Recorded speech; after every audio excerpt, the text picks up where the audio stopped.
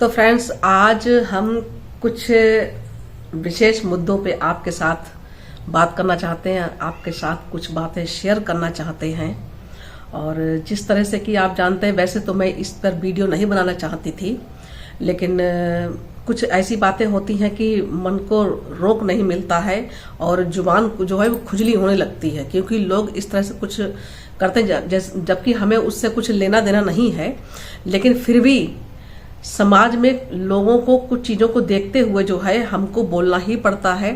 और आपस में हम सब ये सारी चीज़ें एक दूसरे से शेयर करते रहते हैं, तो थोड़ा जागरूक रहते हैं और जागरूक रहना चाहिए, होके रहना चाहिए। कि जिस तरह से आप देख रहे हैं, स्नैपी गर्ल सपना जो है वो किस तरह से अपने ससुराल से बाहर आई दोनों पति के हस्बैंड के डेथ के बाद में, और किस तरह से एलिगेशंस लगा रही हैं अपने सास ससुर पे और अंशु पे। अच्छा, जो सपना की जो माँ है वो अंशु के पापा के लिए जिस तरह से कह रही हैं कि जयप्रकाश और साला साला करके बात कर रही हैं, जबकि पढ़ा लिखा परिवार है, गांव से है, ये लोग बिलोंग करते हैं, लेकिन क्या गांव के लोगों को क्या तमीज नहीं होती है बात करने की? अंशु के पापा के लिए इस तरह से बोल रही हैं कि वो जयप्रकाश वो साला ऐसे करके बात कर रही हैं, अपनी बेटी की कमाई खा रहा है। तो भाई, आप लोग ये सब बोलने से पहले, ऐसे शब्द मुंह से निकालने से पहले आप एक बार ये भी तो सोचिए कि वो बेटी की कमाई खा रहा है तो आप भी तो अपनी बेटी की कमाई खा रहे हो।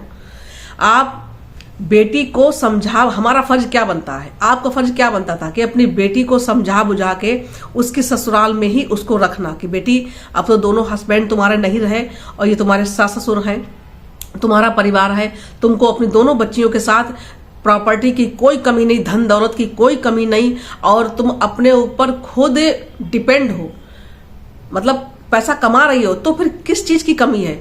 तो आप भी तो उस लालच में थी, अपनी बेटी के कमाई पे आप लोग भी तो पल रहे हो। बेटी को उस घर से निकाल के आप ले गई हैं वहां बाहर, और आप दूसरे पे इल्जाम लगा रही हैं कि बेटी की कमाई खा रहा जयप्रकाश। तो आप भी तो बेटी कमाई खा रहे हो, पूरा परिवार आपका उस घर में साथ में रह रहा है, तो इस चीज को क्या कहेंगे?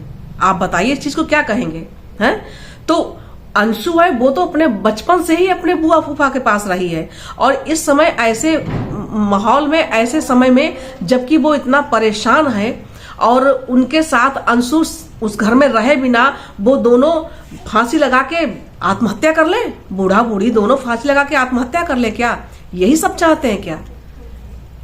तो जिस तरह से आप देख रहे हैं कि इस समय जो मेरठ में जो कांड हुआ है, मुस्कान ने अपने पति की हत्या कर दी अपने प्रेमी साहिल के साथ में नशे के लिए और उसके साथ रहने के लिए, उसको रास्ते से हटाने के लिए। पति जबकि बिल्कुल अंधा प्यार करता था, आंख मूंद के अपनी पत्नी को प्यार करता था, और उसका लंदन से वो अपनी पत्नी का बर्थडे मनाने आया था, और उसकी कितनी निर्मम हत्या करी गई, और पानी के ड्रम में उसके लाश के 15 टुकड़े करके पानी के ड्रम खरीदा गया, चाकू खरीदे गए हत्या करने के लिए। और पहला जो चाकू था, पहला जो वार था, उसके प्रेमी जो साहिल ने उसके मुस्कान से हाथ से करवाई उसकी हत्या। सौरभ को खाने में कोफ्ते बहुत पसंद थे, उसने कोफ्ते बनाए, उसी में ही नशे की दवाई दी, वो बेहोश हो गया, और करीब 12 बजे अपने प्रेमी को फोन करके बुलाया और उसकी हत्या, निर्मम हत्या की।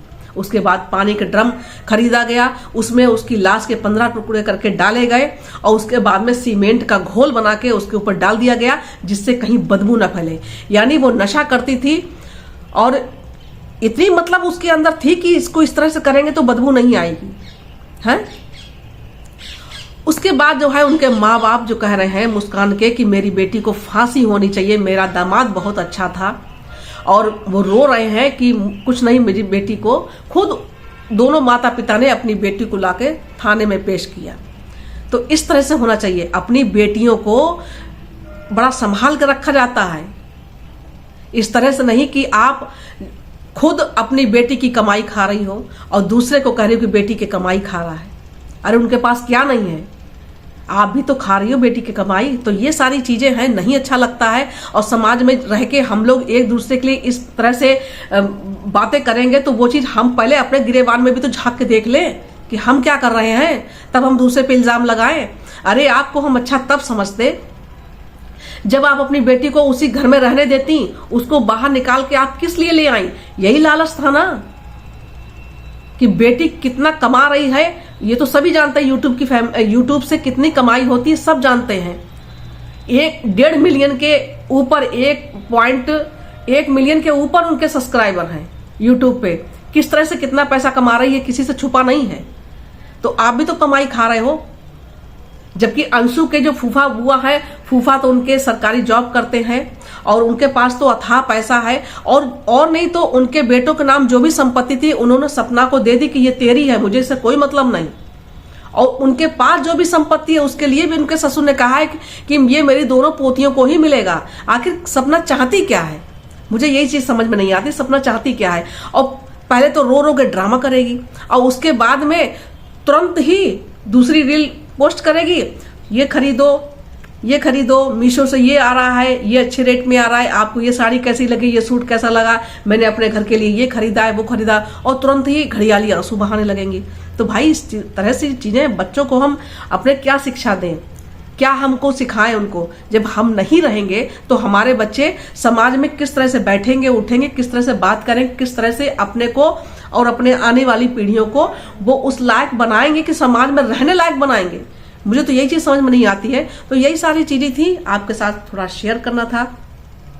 और पहले तो मैं यही सारे वीडियो बनाती थी, लेकिन बीच में मेरी काफी तबीयत खराब हो गई, मैं नहीं बना पाई, और उसी में अपने ब्लॉग में अपना डालती हूँ। तो आप लोग सपोर्ट और प्यार बनाए रखिएगा और वीडियो को ढेर सारा प्यार दीजिएगा, सपोर्ट कीजिएगा, और मिलते हैं फिर अगले किसी और वीडियो में। और तब तक के लिए नमस्ते, जय श्री राम, हर हर महादेव।